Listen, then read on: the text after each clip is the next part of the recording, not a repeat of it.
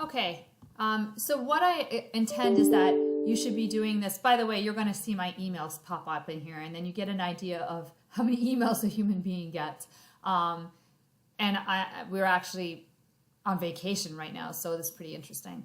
But life you have to look forward to after you finish learning all the math you need to learn. So what I intended was that you should probably do only a video a week. Even if you feel like, hey, I've gotten through this video, I'd like to go on to the next one.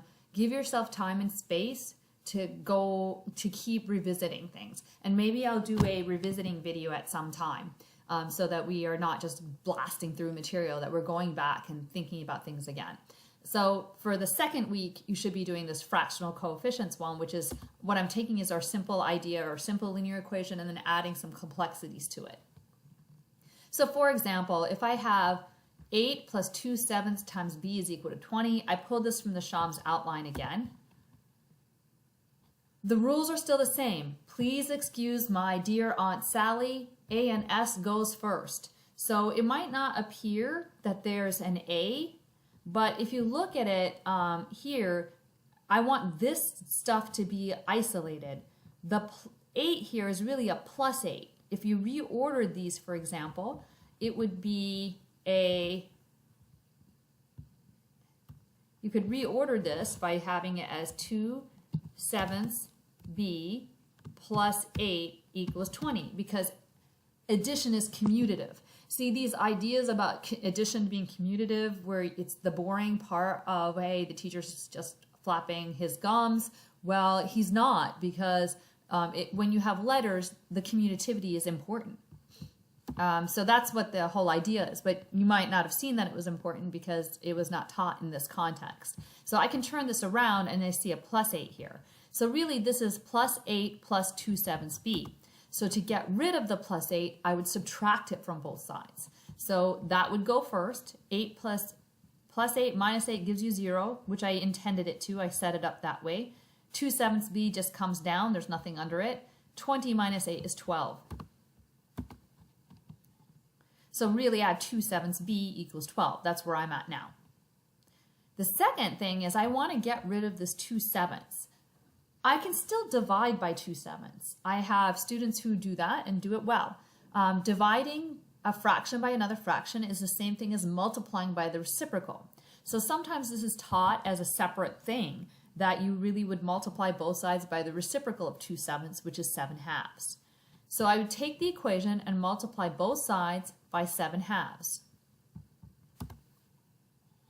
What that does is everything here cancels out. If you're not familiar with this, if something's diagonal to each other, you can cancel them out. 7 and 7 cancels, 2 and 2 cancels. It doesn't mean you're left with a 0. It means you're left with a 1. So everything reduced to 1, which is what I intended it to. And 1 times b is b. On the other side, the 2 goes into itself once, and the 2 goes into 12 6 times. So here's what you're really doing. It's a fast track way or fast notation way of saying 12 times 7/2 is really equal to, let me just put a times here,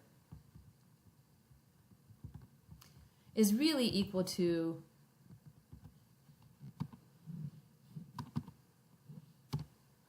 6 times 2 times 7 divided by 2. And then you can cancel these two 2's out and you'll only be left with the 6. These 2's will drop out. So that's really what you're doing. So when all is said and done, I really just have 6 times 7, which is 42. So b is 42. Let's check our work. And for this, let's go to Wolfram Alpha.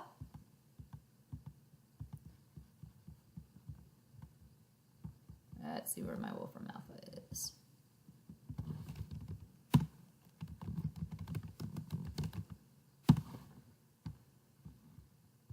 And put the original equation in there. If you remember I don't remember, but the original equation was 8 plus 2/7 b is equal to 20. So we're going to drop that into Wolfram Alpha.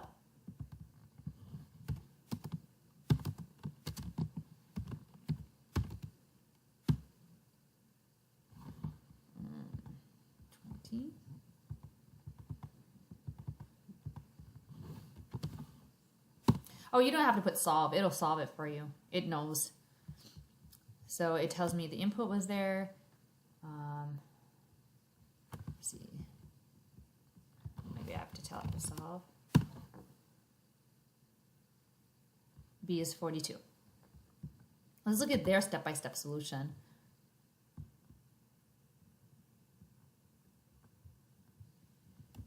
Oh, it doesn't let me do the full solution. I don't want to pay. It's free. I actually have the software called Mathematica, which is the full-on version of this, which is pretty nice. There's other software like this, Maple. They're really great pieces of software, and knowing how to use them actually is a skill that you can put on your resume. All right, so Wolfram gave me the answer. It's 42, as I got 42 as well. So try out these two. 3/4 y minus 5 is equal to 77. Here it's obvious you're going to have to get rid of the 5 by adding 5 to both sides first. 48 minus 5/3 y is equal to 23. That's a little bit more like the one I just did. If you want to check your answers, check them on Wolfram Alpha. If you have any trouble, email me. I'm going to show you one more example. So this is an example that I used to solve one of the Singapore math problems. And I'll show you how to solve that Singapore math problem using algebra. This is the whole reason I'm doing this set of modules actually in the first place, because Aishu came home one day, showed me this problem. I couldn't find anything on the internet about the bar method. I actually eventually bought the books. And I saw it being used. It's really neat. But I solved the problem using algebra, and Aishu was watching me and asked me at every step of the way, what are you doing? Like, I actually can't explain this to you in 5 minutes, but I'd love to, because it's a powerful tool. And so I needed to solve this kind of equation. And if you are in 6th grade right now and you're using the Singapore math program, you come up with ratios like this. Actually, the ratios are not set up like this. You don't have an X for the unknown. But there are ratios that you're looking for, and you're trying to think of what that missing number could be. And it's not set up with setting up your equalities in this way. But once you're here, how do you solve it? It's a ratio and proportion problem. Well, the first step is easiest way to do this is something called cross multiplication, meaning that we first multiply this direction, that's 7 times 5, and then multiply this direction, that's x times 1. What's really neat about this is that as a mathematician, I would prove that two fractions being equal constitutes that their cross multiples are equal to. Here I'm not going to prove that. I'm going to ask you to believe me. But it is something, if you keep going into mathematics, that becomes extremely important, especially if you go into something called number theory, which is a load of fun. Anyways, at this point, if I look at this, I get 35, and this side is x. I got my answer. My answer is x equals 35. And if I check my work, the ratio 7 over 35 is 7 over 7 times 5. If I cancel the like terms, I get 7 goes into 7 one time, 7 cancels out with a 7 here, and I'm left with 1/5, which tells me these are two equal ratios. So mixing and matching, I'm just going to go straight to a problem. This came out of the book that's being used. It's one of the references being used in the 6th grade math here in Randolph, and it came right out of the book. And I'm going to show you how to do it using algebra. I'm not against the bars. I think it's a great idea, but I know what's going on here. We're tiptoeing around this powerful tool called algebra. So I used to watch my algebra teachers do these problems when I was a kid, and I was irritated by the way they were doing it because I felt they were doing it too slow. I could do it 10 times faster. That's not the point. If they were in a competition with me for doing word problems, I'm sure they would win because they're going to get them all right. and they had good form, and they're probably going to finish faster than me. I actually ran a competition with my sister to see who can finish the problems correctly, and I did it my slow, plodding, procedural way, and she did it her way, and I ended up actually finishing first anyways at the end of the day. That's because I was good at my bookkeeping. So I'm going to recommend that even though it's irritating to watch me, I know how it feels, please understand this is good form. It's algorithmic. The first step of these kind of word problems is to set X equal to what you don't know. You're going to pretend that you know it. You're just going to label it X and then move on. So if you look here, it's usually at the end of the problem, how many comic books did he start with? So that's how I set up my X. X is how many comic books Gary started with. The second step is to compile all the other bits of information using X. And so I've heard many times that, hey, if I just get the equation, I know what to do. Like, yeah, well, so you have to be able to take a problem all the way from beginning to end. And this is the hard part. And you don't get it by just having a neon sign in your head that says, I need the equation. That's going to keep you from getting the equation. You have to be systematic. Start with each piece of information that they give you. The first is that 70% of his comic books he sold. How do I translate that? It means that if 70% of his comic books were sold, 70% of X books, I'm going to pretend I know X, so I'm going to take the X as all the books he has, are sold, or 70%, that's 0.7 times X. That's going to be equal to the number of the books sold. That's how I translate that. Sometimes I put numbers in there, like, what if he had 100 books? Well, that would be 70. So I could figure it out with numbers first. I'm multiplying to get my answer. So think about it that way if you struggle with it. The second piece of information they've given me is 42 comic books are left. Well, he started with X. He sold 0.70 times X. I'm drawing that from my previous bit of information. Oh, I'm missing my X.